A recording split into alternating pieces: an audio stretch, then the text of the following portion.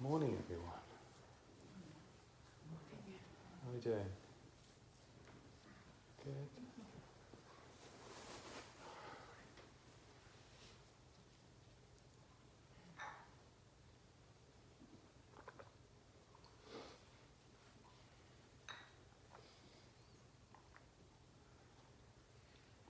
So when you look at your mind, when you meditate, a few things become clear. The first is that there's gaps in between your thoughts. Thoughts are coming and going, and there's a space sometimes where there's no thought. Sometimes that's long, sometimes that's short. Lots of people get caught up in trying to lengthen that gap and experience this, beyond thought, by trying to get rid of thoughts. And that's kind of not the way to go about it. That thoughtlessness will naturally arise when desires fall away, which is why we work on this deep acceptance. So rather than trying to chase that emptiness, we just allow it to arise. But when you see that place in which no thought is happening, that's experiential proof that you're not your thoughts, because you exist in their absence. Very, very, very important that you realise that the thoughts that are coming and going in your mind are not who you are. There's something much more profound about you. This consciousness in which all things are arising. This experience of being conscious in which all things are arising, all things are coming and going. There's an over association with the thinking mechanism, and this causes a lot of problems. It's the same as if the ocean were to believe it was the waves. It'd be a delusion of the ocean, wouldn't it? For it to think it was the wave. Of course the ocean is the wave and the wave is the ocean, but if the ocean were just to believe it was the wave, it would be having a very different experience of itself. And it's the same with us. The ocean is our consciousness, and thoughts are just the waves that lap on the surface. So we notice these gaps. Also notice that when we sit in meditation, sometimes your mind's slow, sometimes it's busy, sometimes there's a lot of thought, sometimes there's less thought. Sometimes you're thinking about what you're having for dinner, and all of a sudden something pops into your mind about something that happened 2 years ago, and then happiness comes up, and then there's sadness, and we can see very clearly that our thoughts are self-generating and our feelings are self-generating. They happen all by themselves. They're coming and going all by themselves. This is a really, really, really important discovery. Profoundly important discovery. Because when you're walking through your life, again, the delusion arises that you're making your thoughts happen. That I am choosing that thought. That thought is me, and it's from my direction. It's my force of will from which this thought arises. But when we sit in meditation and we quieten ourselves down, and we get calm, and we just watch. This is all meditation is, really, just watching. Not trying to contrive, not trying to manipulate, not trying to control, but just watch. You see these thoughts are self-generating. So the mind is coming and going all by itself, just like the waves in the ocean. The ocean isn't really choosing to wave, it's just something that happens in it, isn't it? On it. It's the same with your mind. It's the same with your mind and the same with thoughts. And what do thoughts control? They control all of your actions, don't they? Your choices. So from this we can move on to logically see that actually our whole sense of having free will is also an illusion. We're being furrowed around and pulled around by our nature. Because our thoughts are what they're conditioned. We grow up in a culture, in our family, and the way we react to that is who we become, and then we just, our units of reaction acting out. So this idea of absolute free will begins to fall away. Lots of people think that's a really alarming thing, like, it's the worst thing in the world that I couldn't have free will, Think about it very, very deeply. If you're not your thoughts, and there's no free will, you're not the doer of action, who are you? Who are you? There's something far more profound than you take yourself to be. The waves are rolling through you, the choices, the decisions, the life is being lived through you, but what you are is something other than that. You know? There's this awareness here, isn't it? And we experientially come to that realization. This is not a belief system. You come back to this simple awareness. It just is, isn't it? It just is. You know, you're aware of the sound of my voice now. Whatever your mind is saying about it, you're aware of the sound of my voice. You know? Something about you just is. You know? That's why in meditation, when we're talking about finding ourselves, it's very difficult to lose yourself. Impossible, in fact. This is why in meditation there's nothing to actually achieve, there's nothing to gain, there's nothing to attain, you already are it. Your nature is something in which everything's arising, appearing like an illusion, and coming and going. But what you are is this continuity of beingness, you know, it's just there. In the Ashtavakra Gita, one of the ancient texts, it's around 5,000 years old, and it's a disabled boy who's only 12 years old, and it was obviously racked with so much pain, and for some reason this suffering caused an awakening in him. And as I think he's 12 or 13, he's teaching this king. And he's talking about, you know, who he is, awareness. It's a very blunt Gita, Ashtavakra Gita. You won't see many people talk about it because it's dum, dum, dum, dum, dum. You can't interpret it or create stories about it or make it fit your narratives. It's a very profound text. And in it says, man and woman are so deluded, you know. They're stricken with this immense suffering. The bite of the black snake, which is like the most poisonous snake in India at the time. You're bitten by the poisonous black snake of doership, and so they suffer. They believe themselves to be the agents of action. They believe themselves to be their thoughts. They've lost touch with the ocean of their awareness. They've stopped realizing and knowing that everything is arising in them, like the illusion of the rainbow in the mother of pearl, or the illusion of the rainbow in the sky. You know, everything is appearing in you like that. You've lost touch with that awareness, and so you suffer. Or the ocean that's mistaken itself to be the wave. You know? So this whole construction we have of our sense of self is a fiction. The whole construction you have of your identity is a fiction. Something that's given to you from outside. Something that's overlaid, the persona, the mask. You know? The idea of free will.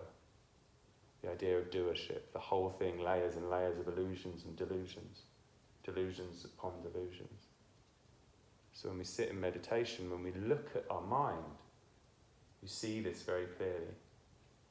Very, very clearly. You see your thoughts are just coming and going, the waves lapping about.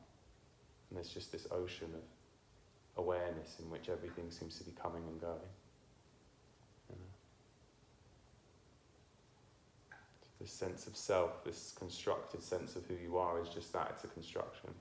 Around the age of about 18 months, you start thinking. You start having ideas of yourself as a separate thing.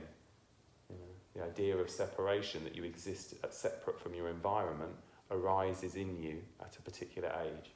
You can ask child psychologists this, they'll tell you exactly the same thing. They even do tests on children to see when that arises. They stick little dots on them and put them in the mirror. And there's something about the face that evolution makes us take things off of it.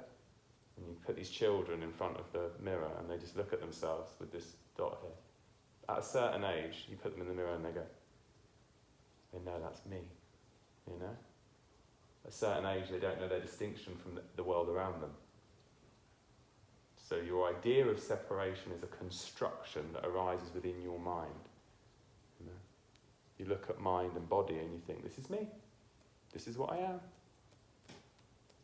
I do this, I do that. You're literally reality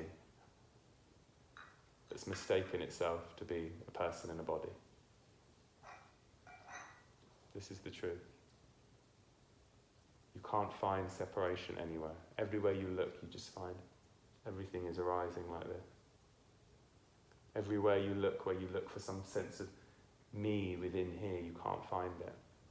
So what we do with this practice is we come back to that sense of just who we are here. When you say my thoughts, who are you talking about? Who are you really talking about? Because when you say, I say to you, tell me about yourself, you say, well, I'm happy and I'm sad and I like this and I like... You're doing all of this when you're telling me about you.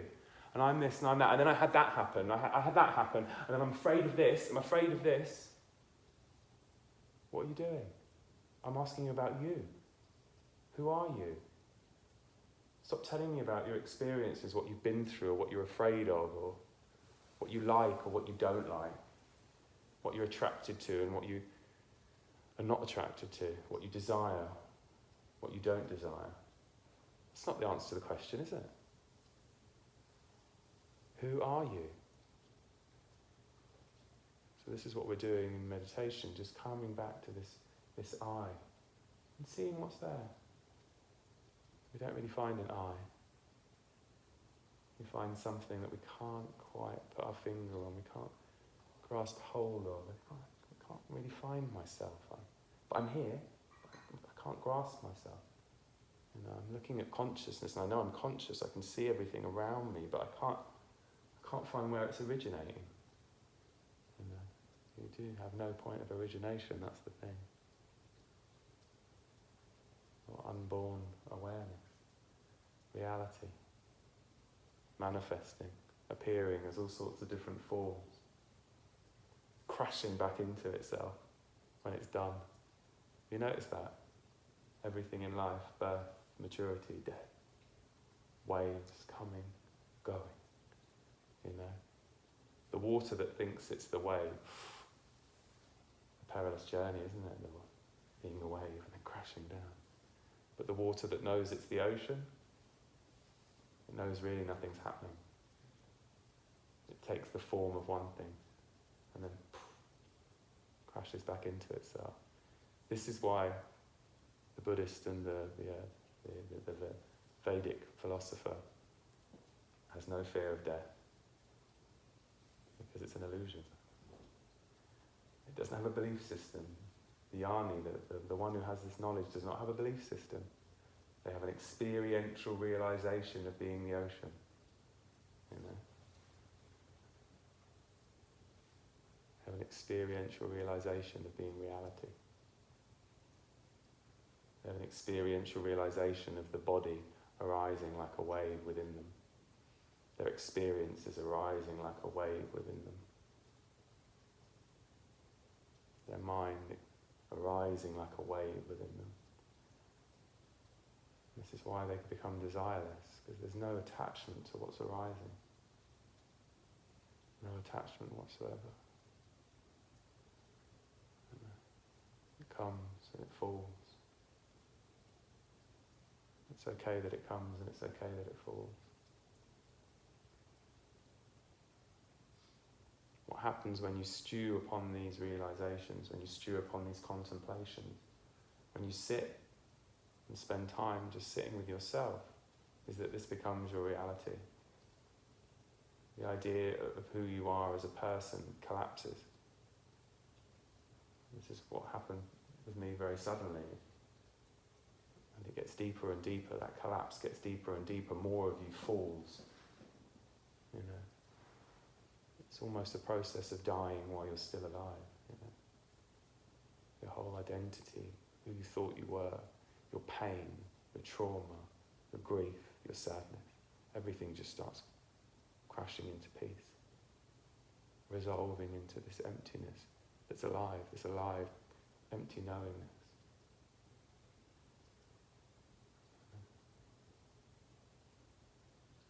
You look at me and you see Cornelius in a body. I don't have the same experience. I'll talk to you as though I am. I'll be your friend, I'll be your son. I'll play all sorts of different roles, but I'm not those things.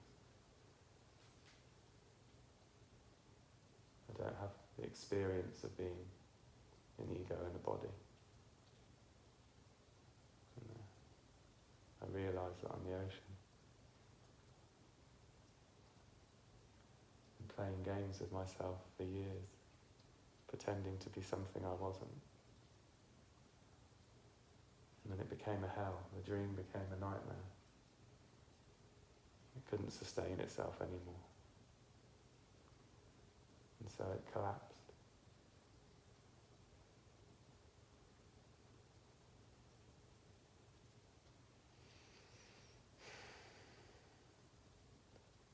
This is what we're all doing through meditation and through this inquiry and contemplation, is bringing an end to the nightmare. If you're having fun, carry on having fun. And, if it's all good, enjoy. But if you've had enough, this is the way out. If you've had enough, you can just stop and rest. You can let go. And you can be as you are. And there'll be absolute peace, this is certain. If you let go of everything, you let go of your desires. Carry on living your life, have your jobs and your dreams and all these kind of things. If you just loosen your grip on everything and just let it all be, let it all come and let it all go, then you'll realise this too. Yeah, am I getting quiet? Any questions before we start? See, all my words are just words, concepts coming through your mind, and your mind's playing with them and coming up with ideas, and really the truth is silent. So we'll have a little bit of that now.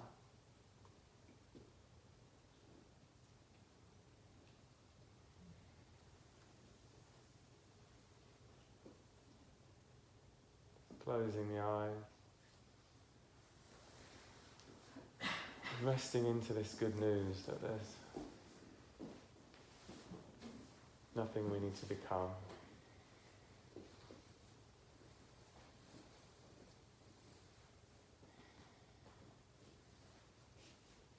That all we need to do is simply rest the mind.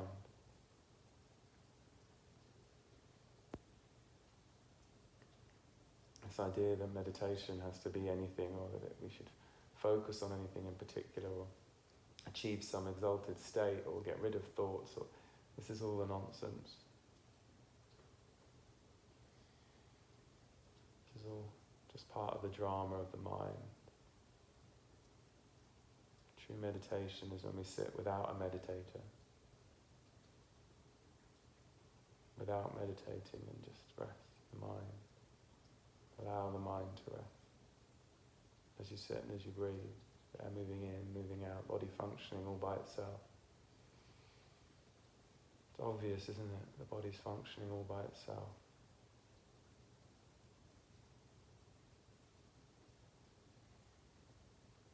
The heart pumping blood around the body. Millions of different chemical reactions arising.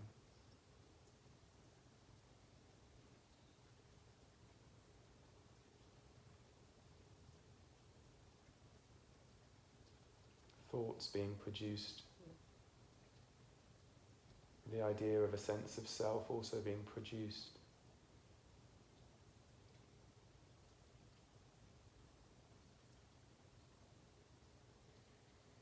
This incredible evolutionary development of the organism to develop a sense of self.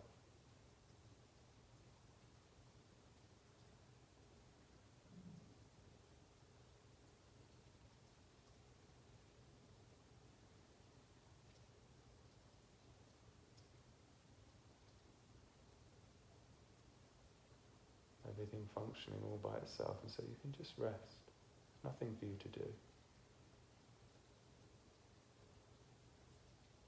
You're the witness of everything coming and going. You're witnessing everything come and everything go.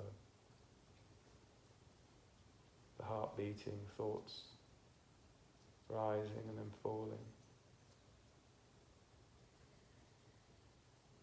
Emotions coming and going.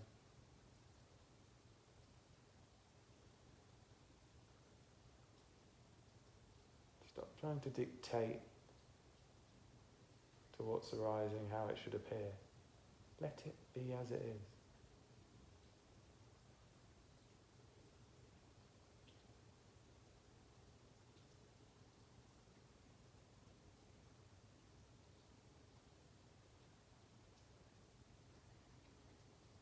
every sound come and go, every sensation,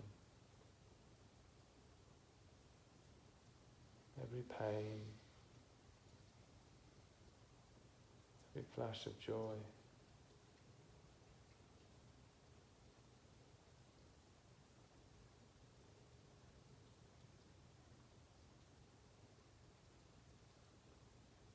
Allowing the mind to fall into a deep sense of acceptance for things as they are.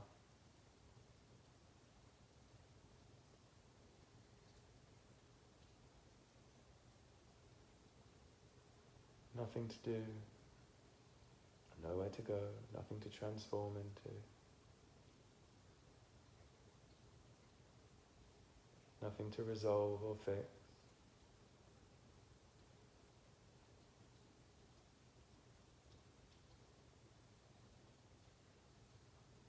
Allow the mind to completely to surrender to what's arising.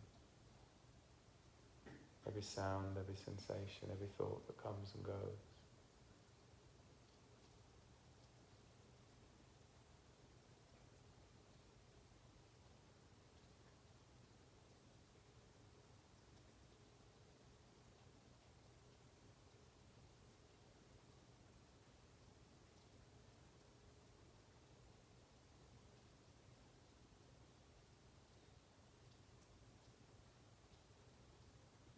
Even the perception of a witness is also something that arises.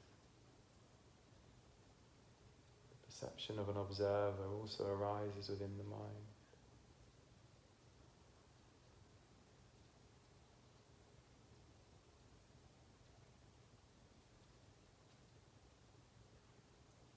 Just allowing the mind to rest.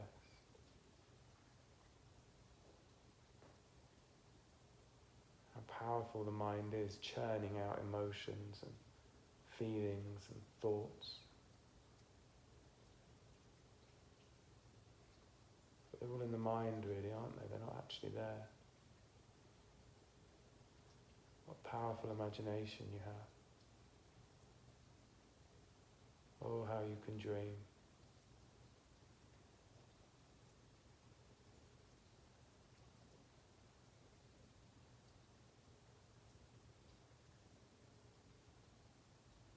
You can dream so hard you forget you're dreaming.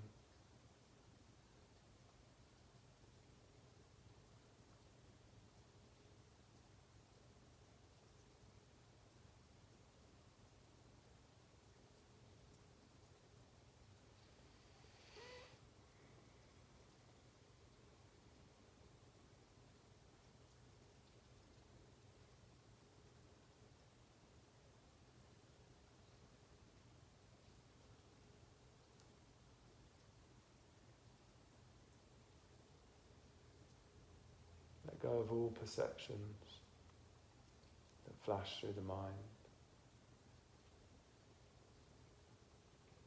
Every thought, every sound, every sensation. Allow it to be as it is.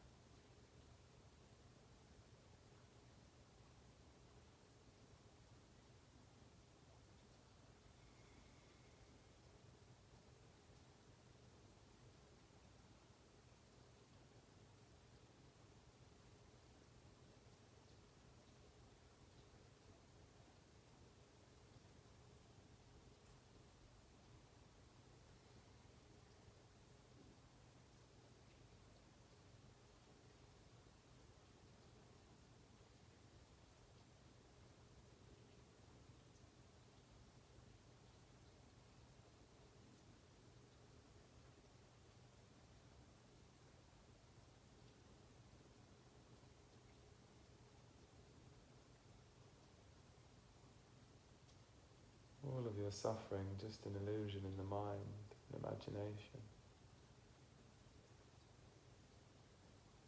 All of your fear,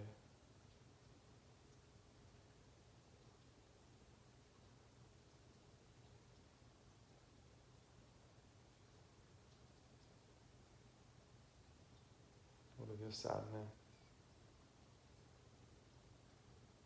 Also your happiness and your joy.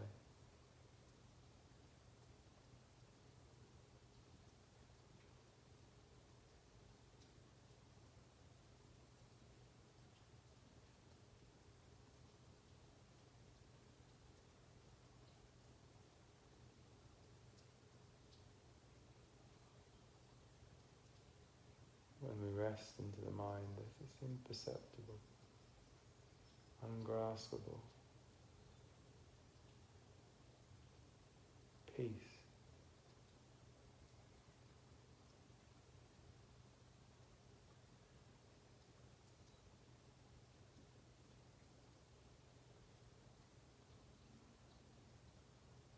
This kind of emptiness in which all things are arising.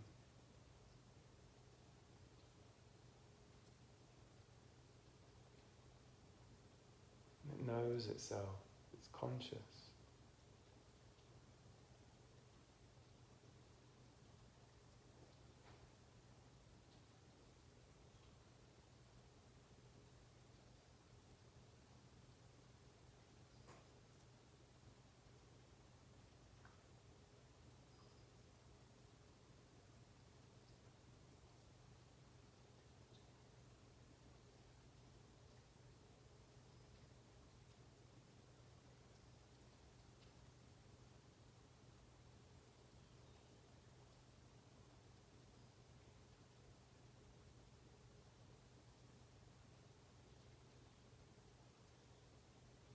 Noticing that everything you're aware of is something you're aware of.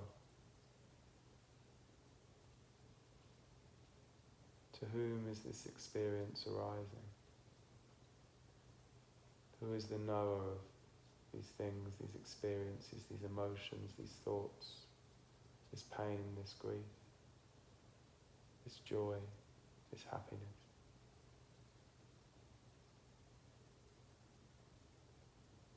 Who is the knower of all this? Come back to this one. Sit with this one.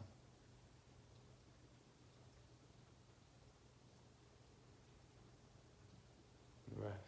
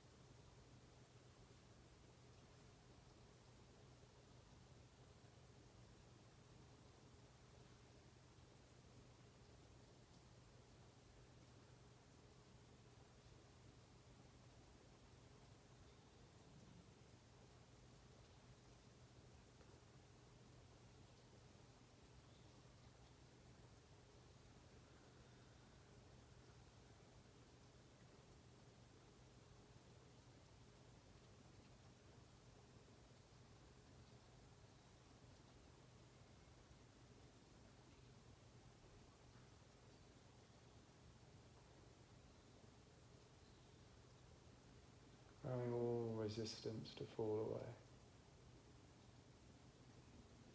There's There's nothing you have to manipulate or change or manufacture, just rest. There's nothing you have to do.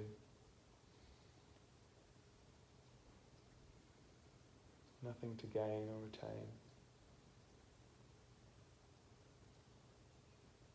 Nothing that you must lose.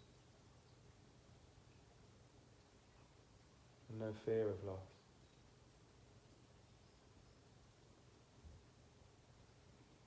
When we look into the mind, we just see this pure potential in which all things are arising. It's immutable, it's changeless. It just is.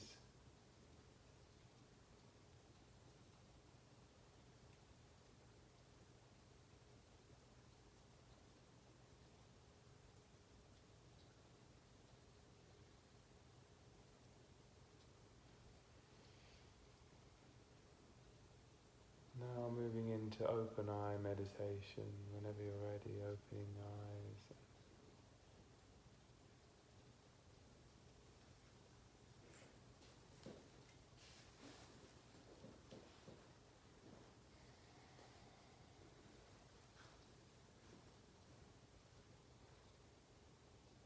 Really noticing how ceaseless it all is. The ceaselessness of experience and of your awareness of that experience. Profoundly stable. Everything may be coming and going, but experience is always arising and the awareness of it's always there.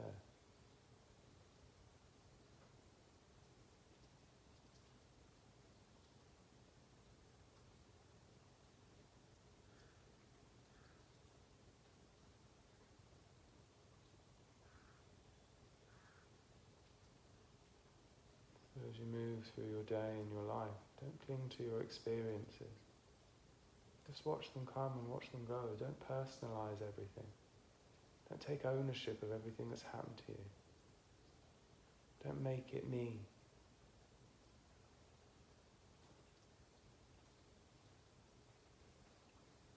It's all just stuff happening. You're making big stories about it. Clinging onto it, grasping onto it.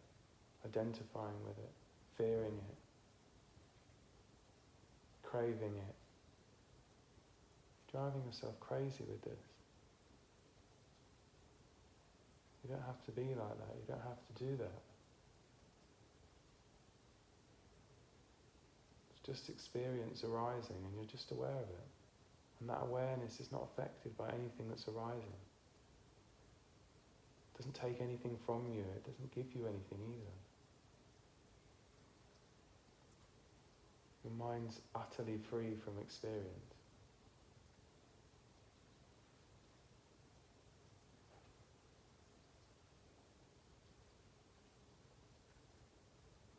You're completely free from experience. Utterly liberated from it by your nature. So what does that mean? It means that we don't have to reject it. We can fully embrace it. That's the irony. By understanding how deeply unaffected we are by it, we can allow ourselves to be completely affected by it. You can laugh and cry your way through life, it's alright. You can develop this real sense of openness to everything. Become the open one, you know.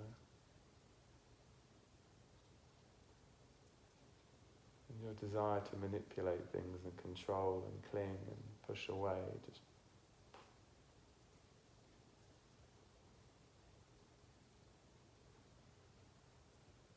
this goes.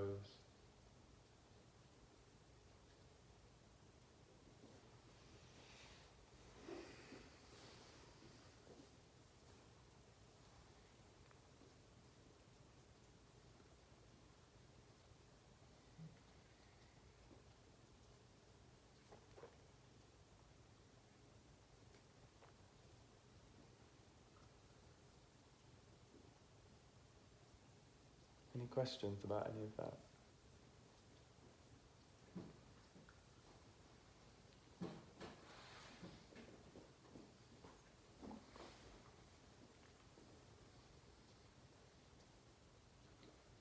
very stupid question. There are no stupid questions. The stupid ones are always the most intelligent questions I've found. If I say chair, you see a chair. Yeah. When you say mind, what you see? That is a very good question. It's not a silly question at all. When I say mind, what do I see? There's really, the mind is what we call the mind. Like everything else, we label conditions. So we look at the chair and we call the chair, because it's a collection of these atoms appearing in a particular way, we call it something and see it as a solid thing. The mind as well, it's a kind of a collection of experiences and processes. But when I'm saying the deeper mind, I'm using the word mind, but really you are reality. Your mind is reality. This pure potential in which everything's arising, all of your thoughts and feelings and emotions, it's the very essence of reality. The essence is a kind of wrong word for it, but your mind is reality, essentially. That's what I'm referring to. But we call it the mind because your experience is the mind, isn't it? Everything you're experiencing, everything you know. Because when you start, you say put your mind in rest. Yeah. When I take this mind to put in rest, you know?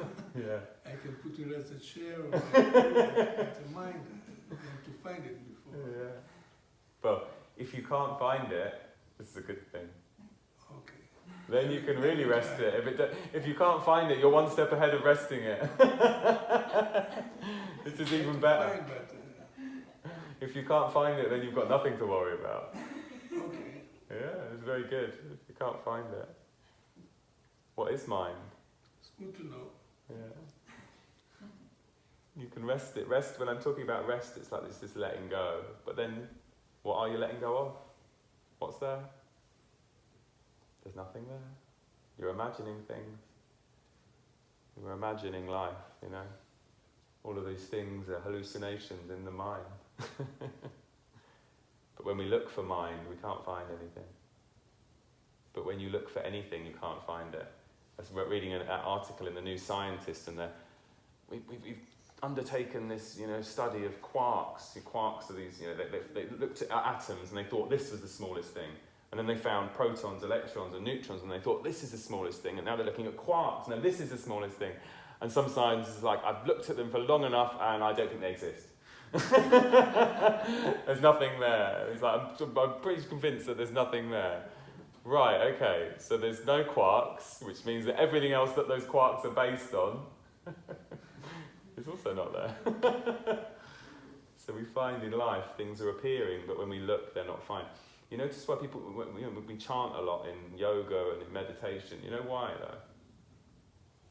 There's one level which is you're chanting for the words and the vibrations, but the secret of mantra, the secret of chanting, why they recommended it, is because if you keep chanting, the Buddha and the Vedantist and the Jnanis make you chant, because if you keep chanting it might be one day you ask yourself where the sound is coming from, where it's going to, and where it is. You might start to examine it. Oh. Looks a bit, that's fine, it's a bit of sage over here, isn't it? Palo Santo wood. Oh, it's Palo Santo, that's fine. But yeah, if you examine sound, if you examine fire, where's fire? Where is it? When you take the wood away, what happens to the fire? Bye. The sounds and music is a good example. Where is gone the music? Where it goes? Where it comes from? Does it come from here? Where do you hear it? Do you hear it in your ear? Is it out here? Is it in the thing that made the sound? Is the sound in the radio? Is it in the vibrations? Is it in your ears? Is it in the interpretation of the music? It's in all of them, and none of them. Where is it? Why do we all hear sound so differently? Because you're interpreting it differently. Your mind is painting an image of things. It's a complete imagination. You think, and this is the problem, is that we see things as inherently existing things. That's a thing, that's sound, this is fire, this is... But when you look at it, This is why they call it an illusion. Things appear to be something, and they're something very different than what they appear to be. You know, fire. You need wood. You need the strike. You need the oxygen, and then comes the fire. You remove any of those factors, fire gone. Like a rainbow. Where's the rainbow? Not there. Oh, the sun's coming down and the water's there. Rainbow appears. Where is the rainbow? Is it there? Is it real? It's an illusion, isn't it? Everything is like the rainbow. Everything is appearing like the rainbow. So what do you do when you forget that and get caught up in it? Oh, you suffer. When you forget it's a rainbow, what happens when you think the rainbow's real and you go and try and find the end of it? You try and grasp hold of it. This is what you're all doing, you know, with your thoughts, and you're chasing after happiness, aren't you? And you're running away from sadness. Where are these things? You're terrified of your own mind. You're running after your own mind. We were near the rainbow. Yeah. Because it's the pot of gold. Yeah. It kind of is the pot of gold. That's why you see rainbows in all of these Buddhist paintings and things like this, and in all the kind of literature they talk about rainbows. Is because if you look at the example of a rainbow, you can see that things really aren't how they appear. You know, all that story in the Bible of it's God's promise to us that, you know, we'll never die and suffer. They're kind of right. It's a reality is showing us, look, things aren't quite what they seem. This is emptiness. This thing is empty. It's not quite there. It's arising because of conditions. And then we can look at the rainbow and obviously see it. It comes and it goes, and it's just not really there. But then we can apply the same logic to the cup, to the floor, to our sense of self. Everything is arising because of conditions are bringing it into existence. It's just a wave of conditions bringing things apparently into existence. But when we look for the thing itself, we can't find it. Things lack substance from their own side. There's no fireness to the fire. There's no rainbowness to the rainbow. There's no lemonness of the lemon. It's very hard to get your head around it.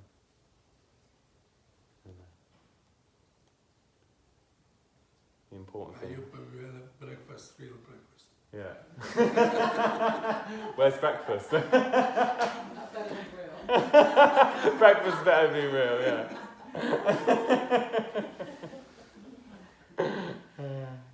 It will be not an illusion.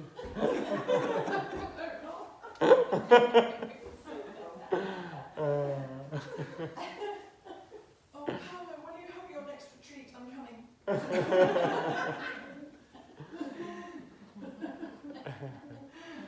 You see, we cling to things, don't we? Breakfast especially, you know? Growls going around. Yeah. Everyone's done a... What are we on day 3 now, aren't we? Of your not eating as much. But you notice it kind of brings your senses alive, doesn't it? Yeah. So this is why we do this. Even when someone comes and they say, I'm only on the mind program, I don't want to detox. And I'm like, okay, we'll put you on a little bit of a rest from food anyway. You know, because it gets you into a different, you know... What we're doing with food all the time is constantly pushing our emotions down and our feelings down and, you know, constantly distracting. It's one of the things we use to distract ourselves. And when you kind of just have your meals here, you know, we have no menu either, you know. So you just get what you get, don't you? Unless you kind of want a bit of a change of this and a change of that. But, you know, we take all these kind of choices away. Take the kind of the food away, and then you're left with yourself. And hopefully while you're left with yourself, we all do a little bit of, you know, rejigging. But yeah, you know, as the week goes on there, I can see everyone in my talk thinking, it's breakfast time, it's breakfast time. This is all well and good. I don't want enlightenment anymore, I want breakfast. It's funny, isn't it? You notice that about desires as well, doesn't it? You could have this real big dream for like, that you want this house and you want this job and you want this thing, but when you're hungry, you just want food. You know, it all goes out the window. Or the best one is when you need the bathroom, isn't it? You just need the bathroom, isn't it? You don't care about anything else in the world. Life and death have no meaning, you just need the bathroom. It's crazy, the mind, isn't it? you have to see the ridiculousness of it. It's always this. I want this. I want that. Oh no, I want.